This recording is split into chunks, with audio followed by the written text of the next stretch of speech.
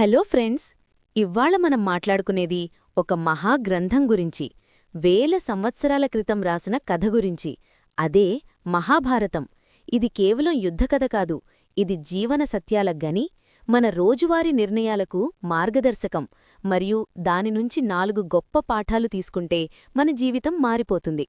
గౌరవం విలువ, అహంకారం ప్రమాదం, ధర్మం శక్తి మరియు నిర్ణయాల ఫలితం. ఈ పాఠాలు అర్థమైతే మన ప్రతి అడుగు ఆలోచనాత్మకంగా పడుతుంది. మరిప్పుడు ఈ కథల్ని మన తెలుగులో ఒక ఆసక్తికరమైన కథాకథనంగా వినండి. మొదటి పాఠం మనకు చెబుతోంది స్త్రీ గౌరవం అంటే సమాజ గౌరవమని. గుర్తుందా ఆ ద్రౌపది వస్త్రాపహరణం సంఘటన? హస్తినాపురం సభామండపంలో దుర్యోధనుడి అహంకారం బొరదలా పొంగి దుశ్శాసనుడు క్రూరంగా ఆమె చీర చివర పట్టుకుని లాగుతున్నప్పుడు అక్కడున్న మహావీరులు భీష్ముడు, ద్రోణాచార్యుడు, కర్ణుడు అందరూ మూగవారిలా చూస్తూ ఉండిపోయారు. ఎందుకంటే వారి మనసుల్లో భయం, ధర్మసందేహం. కాని ఆ ఒక్క సంఘటనే మహాభారత యుద్ధానికి విత్తనం వేసింది. ఎందుకంటే ఒక స్త్రీ అవమానమంటే అది కేవలం ఆమె ఒక్కదాని సమస్య కాదు, అది మొత్తం సమాజ పతనానికి సంకేతం. ద్రౌపది అప్పుడు అరిచిన ప్రశ్న, నన్ను ఎవరు రక్షిస్తారు? ఇప్పటికీ మన చుట్టూ ఎదురుచూస్తోంది. మన ఇళ్లలో, సమాజంలో ప్రతి మనిషి మనసులో ఆ ప్రశ్న వినిపించాలి. ఎందుకంటే స్త్రీని గౌరవించేవాడే నిజమైన పురుషుడు. మరిప్పుడు రెండవ పాఠానికి వెళదాం. అహంకారం చివరికి నాశనం చేస్తుంది అని. గుర్తుందా? శిశుపాలుడు, ఆ చేదిరాజు శ్రీకృష్ణుడిని జీవితమంతా అవమానిస్తూ ఎగతాళి చేస్తూ గడిపాడు. కాని కృష్ణుడు మాటిచ్చాడు, 100 తప్పులు మన్నిస్తానని, సహనం దేవుని గుణమని నిరూపిస్తూ. కాని ఆ 100 దాటిన క్షణంలో సుదర్శన చక్రం ఒక్క ఉరుములా వచ్చి శిశుపాలుడి కథ ముగించేసింది. ఇక్కడ సత్యమేమిటంటే అహంకారం మనిషిని అంధుడిని చేస్తుంది, తన తప్పులు కనిపించకుండా చేస్తుంది. కాని సహనాన్ని పరీక్షిస్తే ఫలితం తప్పకుండా వస్తుంది. మన జీవితాల్లో కూడా అహంకారం చిన్న చిన్న విషయాల్లో కనిపిస్తుంది. ఆఫీసులో, స్నేహాల్లో. కాని అది చివరికి నాశనానికి దారితీస్తుంది.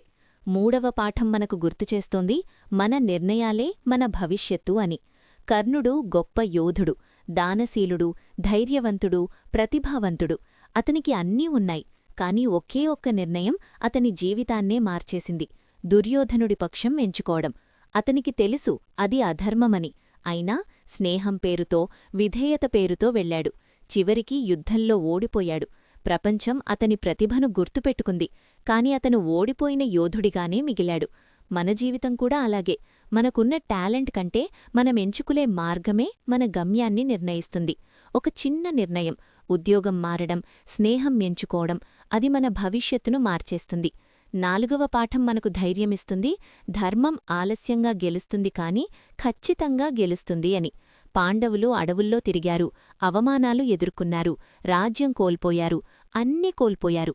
కాని ధర్మాన్ని వదల్లేదు. యుద్ధంలో దుర్యోధనుడికి సైన్యం ఎక్కువ, శక్తి ఎక్కువ. కాని విజయం పాండవులదే. ఎందుకంటే ధర్మం స్లో విక్టరీ. అది ఆలస్యంగా కనిపించినా శాశ్వతమైనది. మన జీవితాల్లో కూడా మంచి చేస్తుంటే ఫలితం తక్షణం కనిపించకపోవచ్చు, కాని చివరికి గెలుపు మనదే. ఇప్పుడొకసారి ఆలోచించండి ఫ్రెండ్స్, ద్రౌపది అవమానం లేకపోతే యుద్ధం జరిగేదా? శిశుపాలుడ అహంకారం విడిచిపెట్టుంటే అతని అంతం వచ్చేదా?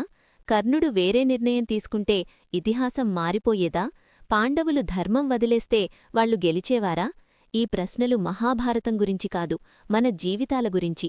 ప్రతిరోజూ మనం తీసుకునే చిన్న నిర్ణయాలు, చిన్న మాటలు, చిన్న చర్యలు, ఇవే మన భవిష్యత్తు మహాభారతాన్ని రాస్తున్నాయి. మహాభారతం మనకు చెబుతోంది జీవితం యుద్ధభూమి కాదు, పరీక్షాభూమి. మన ఎదుట ఉన్నవాళ్లు శత్రువులు కాదు, మన నిర్ణయాల ప్రతిబింబం. ధర్మం ఎంచుకుంటే శాంతి వస్తుంది, అహంకారం ఎంచుకుంటే యుద్ధం వస్తుంది. చివరిగా మీకోసం ఒక ప్రశ్న వదిలేస్తున్నాను. మీ జీవితంలో ఇప్పుడు మీరు ఏ పక్షంలో ఉన్నారు? ధర్మం పక్షమా లేక అహంకారం పక్షమా? ఆ సమాధానం మీ భవిష్యత్తు కథను రాయబోతోంది. ఈ వీడియో మీకు నచ్చితే లైక్ చేయండి, సబ్స్క్రైబ్ చేయండి, కామెంట్లో మీ అభిప్రాయం చెప్పండి.